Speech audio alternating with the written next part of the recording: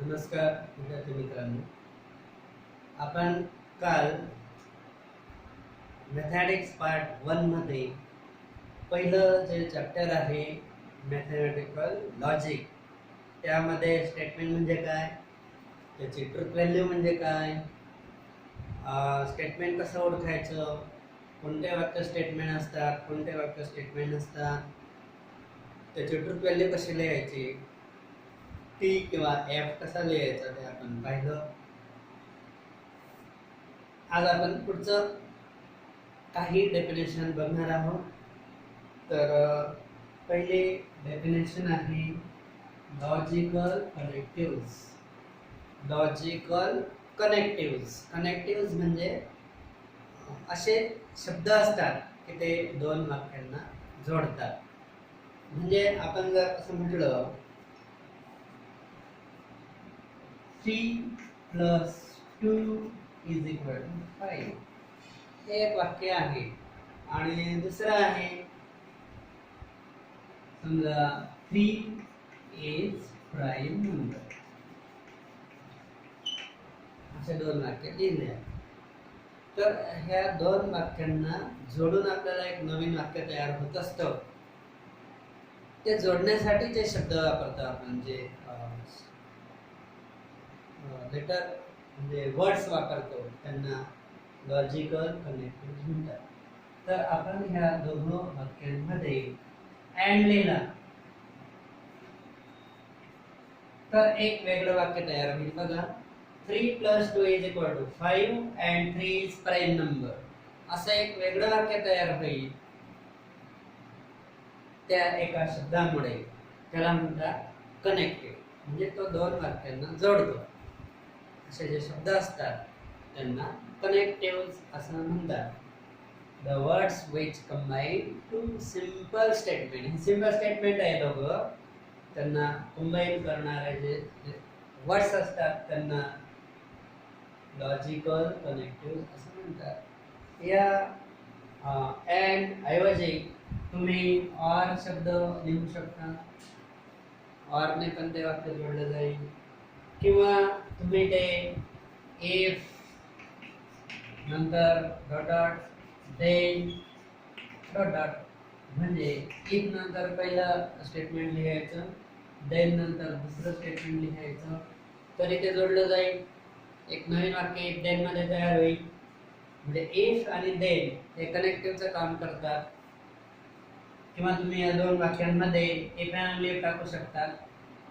If and only, IFF. किंवा if and only 3 + 2 is 5, if and only 3 is prime number, असं तुम्ही दोन वाक्य जोडू शकता. तुम्ही बट हा शब्द तिथे वापरू शकतात, व्हाईल वापरू शकतात. असे वेगळे जे वर्ड्स असतात की जे दोन वाक्यांना जोडतात त्यांना लॉजिकल कनेक्टिव्ह असं म्हणतात. नंतर पुढचं आहे कंपाऊंड स्टेटमेंट. त्याचे डेफिनेशन तुम्हाला मिळणार आहे PDF मध्ये. असे वर्ड्स की ते दोन वाक्यांना जोडतात. नंतर कंपाऊंड स्टेटमेंट्स. कंपाऊंड स्टेटमेंट म्हणजे काय? The statement which is obtained from two simple statements by combine with logical connectives. म्हणजे दोन सिंपल स्टेटमेंट वरून तुम्ही कनेक्टिव्ह वापरल्यानंतर एक नवीन वाक्य मिळेल, त्याला म्हणतात कंपाऊंड स्टेटमेंट. आता याच्यामध्ये हा जो आहे 3 + 2 is 5, हे एक सिंपल स्टेटमेंट आहे. 3 is प्राईम नंबर हे दुसरं सिंपल स्टेटमेंट आहे. आणि त्याच्यामध्ये तुम्ही अँड लिहिलात तर ते झालं कंपाऊंड स्टेटमेंट. कंपाऊंड स्टेटमेंट कसं मिळेल? मग दोघं वाक्यांमध्ये तुम्ही अँड लिहिलं तरी मिळेल, ऑर लिहिलं तरी पण मिळेल, इफ अँड लिहिलं तरी पण ते कंपाऊंड स्टेटमेंट मिळेल. किंवा इफ देन असं लिहिलं, दोन वाक्य इफ देन ने जोडले तरी एक नवीन वाक्य तयार होईल. ते म्हणजे काय? Compound statement. म्हणजे statement which contains 2 or more connectives. म्हणजे आणि कंपाऊंड स्टेटमेंट मध्ये दोन किंवा दोन पेक्षा जास्त स्टेटमेंट एकत्र केले जातात आणि दोन किंवा दोन एक किंवा एकापेक्षा जास्त कनेक्टिव्ह सुद्धा तुम्ही तिथे वापरू शकता. म्हणजे इफ देन पण, अँड पण, काही वेळेस ऑर पण, असं वेगवेगळे स्टेटमेंट तुम्हाला दिसतील. ते सगळे स्टेटमेंट म्हणजे काय राहील, कंपाऊंड स्टेटमेंट. म्हणजे सिंपल नसतील, ते कंपाऊंड स्टेटमेंट असतील. नंतर लॉजिक मध्ये there are 5 basic connectives in this chapter logic. Basic कनेक्टिव्हज.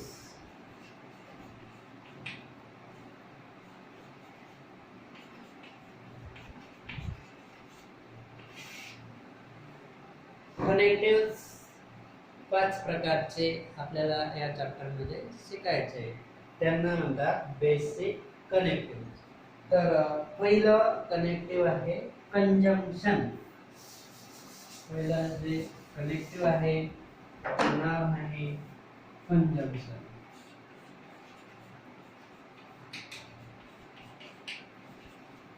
Logic मधला शब्द आहे हा कंजंक्शन. कंजंक्शन म्हणजे दोन वाक्य जोडण्याचंच काम करतो. त्याला इंग्लिश मध्ये ऍड असं म्हणतात. जो ऍड आहे ना लेटर, कनेक्टिव्ह ऍड, त्यालाच लॉजिक मध्ये कंजंक्शन असं म्हणतात. आणि त्याचा सिम्बॉल असा उलट, जो व्ही आहे तो उलट करायचा, असा जो सिम्बॉल आहे तो या कंजंक्शन साठी वापरतात. तर आता याचे डेफिनेशन काय आहे, if P Q are any two statements,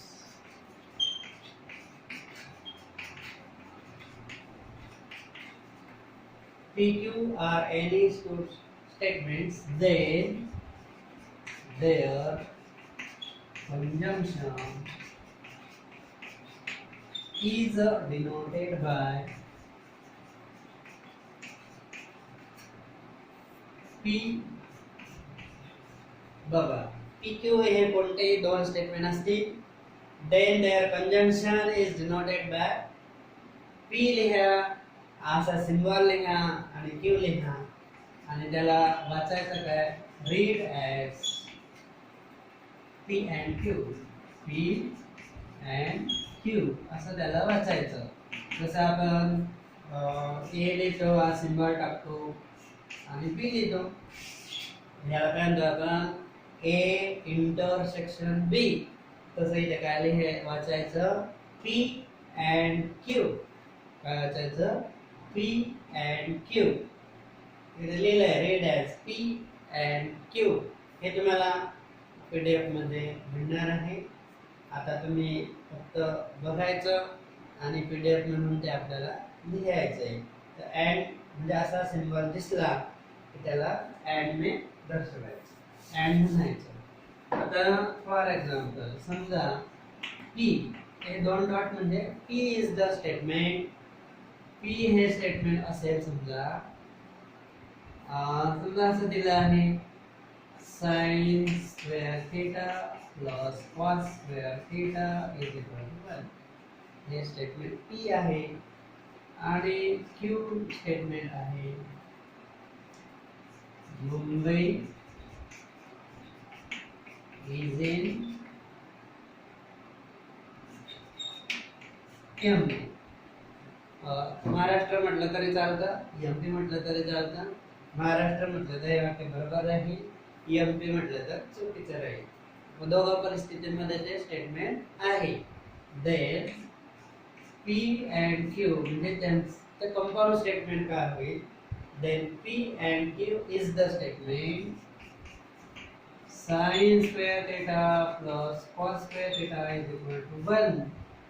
मग काय करायचं, अँड लिहायचं. लक्षात घ्या, P लिहायचा, आता P लिहिलं, आणि हा सिम्बॉल म्हणजे काय, अँड साठी अँड टाकायचा, आणि मग Q लिहायचा. अँड काय होईल, मुंबई इज इन MP.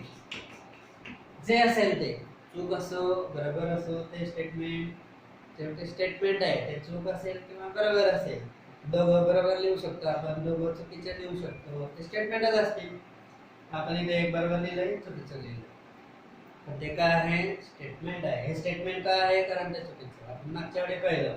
हे स्टेटमेंट काय आहे कारण ते बरोबर आहे. एक तर ट्रू पाहिजे फॉल्स पाहिजे असे दोन स्टेटमेंट घेतले आपण. तर त्यांचं कंजंक्शन काय होतं पी अँड क्यू आणि त्याला कसं वाचायचं sin square theta plus cos square theta is equal to 1 and Mumbai is in MP. हे त्यांचं काय आलं कंजंक्शन म्हणजे त्यांचं एकत्रीकरण केलं आपण त्या दोन स्टेटमेंट वरून एक कंपाऊंड स्टेटमेंट लिहिलं त्याला म्हणतात कंजंक्शन ऑफ टू स्टेटमेंट्स. मग आता जसं हे पहिलं जे वाक्य आहे याचे ट्रूथ व्हॅल्यू t आहे बरोबर आणि दुसरं जे वाक्य आहे याचे ट्रूथ व्हॅल्यू f आहे. तर हे जे कंबाईन स्टेटमेंट लिहिलंय आपण कंपाऊंड स्टेटमेंट म्हणतात त्याला इथे नाव कंजंक्शन आहे. त्याचे ट्रूथ व्हॅल्यू काय आहे म्हणजे ते वाक्य बरोबर असणार का चुकीचं असणार त्याच्यासाठी तुम्हाला ट्रूथ टेबलचा उपयोग होतो. तर ट्रूथ टेबल म्हणजे काय a table that gives truth value of compound statement. Compound स्टेटमेंटची ट्रूथ व्हॅल्यू मिळण्यासाठी तुम्हाला ट्रूथ टेबलचा उपयोग होतो. ट्रूथ टेबल म्हणजे काय कंपाऊंड स्टेटमेंटची ट्रूथ व्हॅल्यू काढण्यासाठी आपल्याला ट्रूथ टेबलची गरज पडते. त्याच्यामध्ये काय असतं रोज आणि कॉलम्स असतात. आता समजा हे एन आहे तर याचा ट्रूथ टेबल कसा तयार होईल ट्रूथ टेबल. तर आता बघा दोन स्टेटमेंट असतील बघा जसं कॉइन टॉस केला तुम्ही प्रोबॅबिलिटी मध्ये आपण पाहिले कॉइन टॉस केला तर एक तर हेड येईल किंवा टेल येईल बरोबर. तसं एक स्टेटमेंट दिलं तुम्हाला मग ते काय राहील एक तर ट्रू राहील किंवा फॉल्स राहील. तर त्याच्यावर आधारित हा ट्रूथ टेबल असतो. तर त्याच्यामध्ये समजा आपण इथे पी घेतला आणि दुसरं स्टेटमेंट क्यू घेतलं तर तिसऱ्या कॉलम मध्ये आपण पी अँड क्यू काय राहील ते लिहिणार. आता पहिल्या दोन कॉलम मध्ये असं होईल का नाही पी क्यू आहे पी स्टेटमेंट आहे क्यू स्टेटमेंट आहे मग असं होऊ शकतं की ते दोघंच्या दोघं ट्रू राहू शकतात. पहिला पण ट्रू राहील दुसरा ट्रू राहील असं होईल का नाही. किंवा असं होईल पहिला स्टेटमेंट ट्रू राहील पण दुसरं फॉल्स राहील कसं इथे दिलं पहिलं ट्रू आहे दुसरं फॉल्स आहे असं होईल का नाही. किंवा अजून काय राहील पहिला फॉल्स राहील दुसरा ट्रू राहील असं होऊ शकतं. अजून काय शक्यता आहे की दोघं फॉल्स राहील. दोन स्टेटमेंट दिल्यानंतर नेहमीच असं होईल एकतर दोघं ट्रू राहतील म्हणजे टी टी पहिला ट्रू राहील वाक्य पहिला ट्रू राहील दुसरा फॉल्स राहील जसं आपण इथे घेतलं आहे असं होऊ शकतं. किंवा पहिला फॉल्स दिला जाईल दुसरा ट्रू राहील किंवा दोघं फॉल्स राहतील अशा चार शक्यता येतात. जसं आपण दोन कॉइन टॉस केले तर तुम्हाला चार पॉसिबिलिटी येतात. दोघं हेड मिळतील दोघं टेल मिळतील पहिलं हेड दुसरं टेल पहिलं टेल दुसरं हेड असं मिळेल का नाही. तसं इथे स्टेटमेंटच्या बाबतीत पण तेच आहे. तर दोघं ट्रू असतील तर टी टी नंतर टी एफ किंवा एफ टी किंवा एफ एफ असं होईल. मग आता जेव्हा तुम्ही ट्रूथ टेबल काढणार तेव्हा या पॉसिबिलिटी याच क्रमाने लिहायच्या. म्हणजे पाठ करायची गरज नाही लक्षात ठेवायची गरज नाही असं करायचं. टी टी एफ एफ लिहायचं पहिला जो कॉलम आहे तो भरताना काय करायचं दोन वेळा टी दोन वेळा एफ लिहून टाकायचा आणि दोन नंबरच्या कॉलम मध्ये काय करायचं टी एफ असं दोन वेळा लिहायचं टी एफ आणि पहिल्यामध्ये काय करायचं टी टी एफ एफ असं लिहिलं की ते चार शक्यता आपल्याला मिळून जातात. ते काही लक्षात ठेवायची गरज नाही.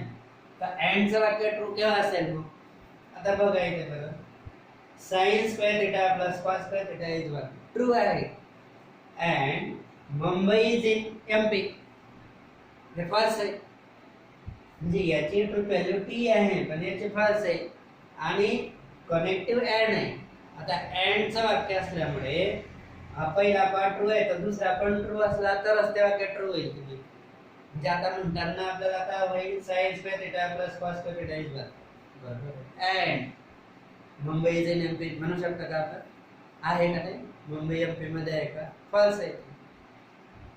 अँड असेल आणि ते टोटल वाक्य ट्रू व्हायचं असेल तर दोघं पार्ट ट्रू पाहिजे. म्हणजे पहिला पण ट्रू पाहिजे आणि दुसरा पण ट्रू असला तरच अँडचं वाक्य ट्रू होईल. तरच ते खरं वाटेल ना. दोघं पार्ट ट्रू असल्याशिवाय ते वाक्य ट्रू होणारच नाही. जर तुमचा कनेक्टिव्ह अँड आहे दोघं वाक्यांमध्ये, अँड म्हणजे हा पण जसं इंटरसेक्शन काय म्हणतो आपण ए मध्ये पण बी मध्ये पण तसं अँडचं आहे. अँड म्हणजे काय पहिला पण ट्रू पाहिजे आणि दुसरा पण ट्रू पाहिजे तेव्हा तो ट्रू होईल. पहिलं वाक्य ट्रू असेल दुसरं वाक्य ट्रू असेल तर तो ट्रू होईल. पण पहिलं वाक्य ट्रू आहे आणि दुसरं फॉल्स आहे याच्यासारखं तर तो फॉल्स. पहिला पार्ट ट्रू दुसरा फॉल्स फॉल्स होऊन जाईल.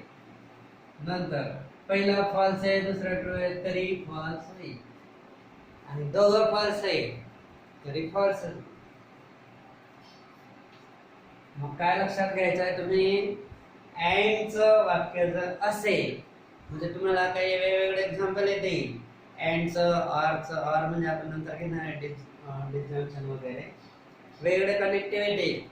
जर दिलेलं वाक्य अँड मध्ये असेल आणि त्याची ट्रूथ व्हॅल्यू तुम्हाला विचारलेली असेल तर अँडच्या अगोदरचा पार्ट ट्रू पाहिजे आणि अँडच्या नंतरचा पार्ट सुद्धा ट्रू पाहिजे. म्हणजे दोघं जे सिंपल स्टेटमेंट जोडलेले असतात ते दोघं ट्रू पाहिजे तेव्हा ते वाक्य ट्रू होईल. तेव्हा त्याची ट्रूथ व्हॅल्यू टी लिहायची. आणि जर का एखादा पार्ट फॉल्स असेल किंवा दोघं पार्ट फॉल्स असतील म्हणजे ही केस असेल किंवा ही असेल किंवा ही असेल तर अशा परिस्थितीमध्ये अँडचं वाक्य फॉल्स असतं. हे दुसरं हे आपलं पहिलं कनेक्टिव्ह आहे त्याला म्हणतात कंजंक्शन. लक्षात घ्या. अँड ते वाक्य कसं जोडायचं पी अँड क्यू लिहायचं कसं ते पाहिलं आपण. तर ट्रूथ टेबल का दिलाय? हा ट्रूथ टेबल ट्रूथ व्हॅल्यू त्याची टी किंवा एफ केव्हा असेल ते याच्यावरून आपल्याला कळेल. याच्यामध्ये हा ट्रूथ टेबल पण पाठ करायची गरज नाही.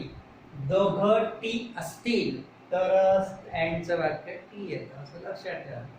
दोघं टी असतील तरच टी. मग बाकी आता लक्षात ठेवायची गरज आहे का? एफ केव्हा येतं? टी एफ असेल तर एफ येतो, एफ टी असेल तर एफ येतो, एफ एफ असेल तर एफ येतो. लक्षात ठेवायची गरज नाही. टी केव्हा असतो? दोघं टी असतील तरच टी येतो एवढंच लक्षात ठेवा. डायरेक्ट तुम्हाला ट्रूथ टेबल लक्षात राहून जाईल. 4-5 ट्रूथ टेबल तुम्हाला लक्षात ठेवायचे आहे तर ते पाठ करायचे नसतात. सिंपली लक्षात ठेवा अँड म्हणजे काय? दोघं ट्रू असतील तरच ट्रू. आपण खूप ट्रूथ टेबल तयार करणार आहोत. बरेच एक्झाम्पल असतील ट्रूथ व्हॅल्यू काढणार आहोत ते आपलं लक्षात राहून जाईल. That is not so difficult. दुसरं कनेक्टिव्ह आहे बघा आता आपल्याला डिसजंक्शन म्हणतात. दुसरं कनेक्टिव्ह आहे डिसजंक्शन. त्याला इंग्लिश मध्ये ऑर असं म्हणतात. जसा अँड होता कंजंक्शन आणि डिसजंक्शन ऑर त्याचा सिम्बॉल व्ही प्रमाणे. तो असा उलट व्ही प्रमाणे होता आता व्ही प्रमाणे आहे. कशाचा? डिसजंक्शनचा. हे दुसरं कनेक्टिव्ह आहे. एकूण 5 कनेक्टिव्ह आहेत. आपण 2 नंबरचा कनेक्टिव्ह शिकतो आहे डिसजंक्शन. ते काय आहे? ऑर मध्ये. ऑर म्हणजे डिसजंक्शन त्याचा सिम्बॉल व्ही आहे. आता याचे definition if p q are any two statements its definition then their conjunction नाही लिहिणार आपण. काय लिहिणार इथे? disjunction. then their disjunction is denoted by इथे काय लिहिणार? v प्रमाणे. तो उलट v होता इथे v प्रमाणे. then their disjunction is denoted by P or Q. काय म्हणायचं त्याला and नाही म्हणायचं आता P or Q. Read as P, इथे and नाही राहणार काय राहील or denoted by P or हा सिंबल आणि वाचायचं कसं P or Q. आता हेच वाक्य जर आपण कसं लिहायला गेलो तर P दिलाय तुम्हाला सायन्स का डेटा प्लस कॉस का डेटा इज 1. Q दिला आहे मुंबई इज इन मध्य प्रदेश. तर P और Q काय होईल मग P और Q. और म्हणजे कनेक्टिव्ह आहे. हा जो और म्हणजे V जो आहे तो कनेक्टिव्ह आहे त्याला काय म्हणतात डिस्जंक्शन. म्हणून त्यांना काय म्हणायचं और म्हणजे त्यांना V लिहायचं. म्हणजे वाक्य काय होईल P और Q हे जे नवीन स्टेटमेंट आहे ते काय होईल sin square theta plus cos square theta is equal to 1 and नाही लिहायचं यावेळेस or लिहायचं और मुंबई इज इन MP असं. हे वाक्य तुम्ही वेगळे पण देऊ शकता. तुम्हाला PDF मध्ये नोट्स मध्ये प्रत्येक वेळेस हे वाक्य बदलवून दिलेले आहे आणि त्यांचा एंड काय होतो और काय होतो ते दिले आहे. तर डिस्जंक्शन म्हणजे और मध्ये हे वाक्य लिहायचं असतं. और म्हणजे हे किंवा ते आणि एंड मध्ये हे पण आणि ते पण. म्हणजे एंड मध्ये काय असतं दोघं ट्रू असते त्याला ट्रू असतं. मग आता ऑरचं वाक्य असेल आणि त्याची ट्रुथ व्हॅल्यू तुम्हाला लिहायची असेल तर काय होईल तर तुम्हाला आधी सांगितल्याप्रमाणे और जरी तुम्हाला ऑरचा ट्रुथ टेबल तयार करायचा असेल तरी पहिले दोन कॉलम बदलतील का मग ते नेहमीचेच लिहायचे. TTFF लिहायचा. 2 नंबरचा कॉलम TFTF लिहून घ्यायचा. तुम्हाला 4 पॉसिबिलिटी नेहमी अशा भेटतील. पाठ करायची गरज नाही. TTFF लिहायचा. TF म्हणजे काय ट्रुथ व्हॅल्यू आहे ट्रू किंवा फॉल्स. मग आता ऑरचं वाक्य बघा. आता मागच्या वेळी तयार होता तर हे वाक्य फॉल्स म्हटलं होतं आपण. आता काय होईल sin square theta plus cos square theta is equal to 1 बरोबर आहे. और मुंबई इज इन MP म्हणजे एक तर sin square theta plus cos square theta is equal to 1 आहे किंवा मुंबई MP मध्ये.